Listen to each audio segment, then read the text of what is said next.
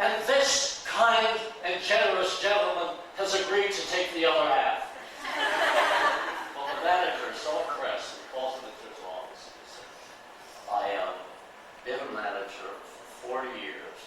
I've never seen a clerk who was this diplomatic. You should be manager of one of our markets. Now, you said, no, I'm going to call all around Southern California. And he does. He hangs up and he says, there are no openings in California, but it so happens the manager of our top market in Montreal has just dropped dead of a heart attack. We're going to fly you to Montreal. Starting noon tomorrow, you become manager of our best market in Montreal.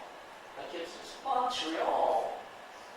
And she says, what's wrong with Montreal? He says, well, gee, only whores and hockey players come from Montreal. Young man, I'll have you know, my wife comes from Montreal. It says, really, what position does she play?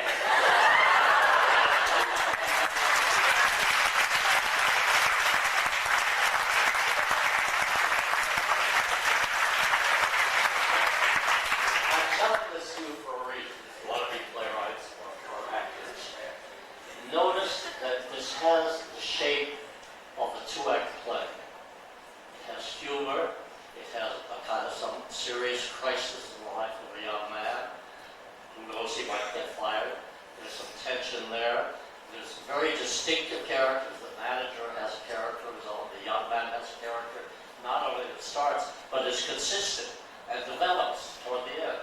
So something you planted about his diplomacy pays off at the end. That's called a running joke in a way. But I'll tell you one of the reasons you laugh and you applaud it. Because I said at the start, it really happened. And that is known in the theater as verisimilitude, the appearance of truth. In the book I say, we all lie. And you know what a playwright is? A playwright is a divine liar. If you think it is happening on that stage now for the first time, or if I tell you it really happened, that helps you to go along with it and believe it. It really happened. It makes it truer. It's more legit. It's not when he's standing there with